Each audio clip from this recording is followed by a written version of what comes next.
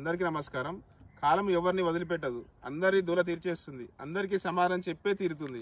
అయితే కాసింత వెనుక ముందు అంతేగాని జగన్మోహన్ రెడ్డి గారు పల్నాడు పర్యటనకు వెళ్ళినప్పుడు ప్రమాదశాత్తు ఆయన కారు కింద ఎవరో పడ్డారని ఇటీవలే ఆ వీడియో చుట్టూ నిజమా అబద్ధమా, అది ఏ వీడియోనా, వాట్ ఈజ్ వాట్ అన్న సంగతి ఇప్పటికీ తెలియదు. సరే ప్రమాదశాత్తు పడ్డారన్నారు, దాని మీద ఇప్పుడు జగన్మోహన్ రెడ్డి గారిని దేశిష్టోళ్ళు వ్యతిరేకించే వాళ్ళు మాట్లాడిన మాటలేంటి? కళ్ళు నెత్తికెక్కిపోయాయా? రోడ్ల మీదకి వచ్చి జనాలను చంపేయడానికి వస్తున్నారా, జనాల మీద కార్లు ఎక్కించడానికి పోతున్నారా అన్న దగ్గర నుంచి మొదలు పెడితే ఏకంగా జగన్మోహన్ రెడ్డి కారు మీద కేసు కూడా పెట్టారు. ఆ కార్ని తీసుకువెళ్ళిపోయారు. ఆ కారులో ఉన్నటువంటి డ్రైవర్ మీద, విడుదల రజనీ గారి మీద, పేని నాని గారి మీద, అందరి మీద కేసులు పెట్టి ఆ కార్ని పోలీస్ స్టేషన్కి తీసుకెళ్లారు. మీకు గుర్తుండి ఉండొచ్చు నాకు తెలిసి అప్పుడు జరిగినటువంటి ఎపిసోడ్.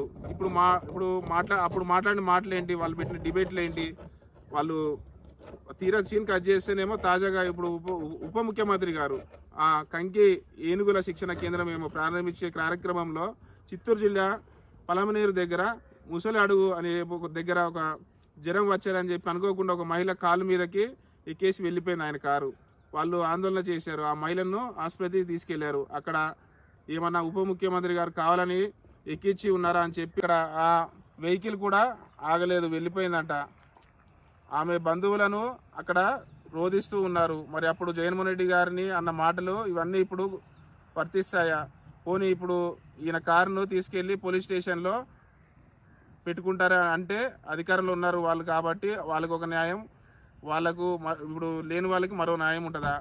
నోరు మన దగ్గర బలంగా ఉందని చెప్పేసి ఏదైనా మాట్లాడేస్తామా? మేము మాట్లాడిందే చెల్లుబాటు అవ్వాలి, మేము ఏం చేసినా లోక కళ్యాణం కోసమే, వేరే వాళ్ళు అయితే లోక వినాశనం కోసం.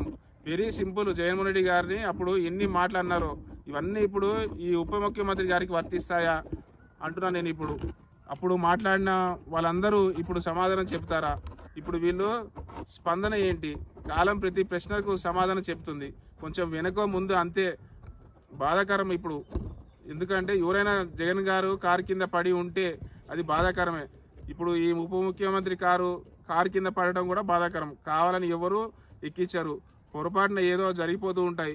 జనాలు కూడా జాగ్రత్తగా ఉండాలి. వాళ్ళకి కావాల్సిన దాన్ని మాత్రం విపరీతంగా మురుగుతూ ఉంటారు. గొప్పోళ్ళయ్యా, ఏ మాటగా మాట చెప్పాలి, మీరు గొప్పోళ్ళు. Thank you. ఇట్లా మీ పీ కోటేశ్వరరావు, కందుకూరు నియోజకవర్గం.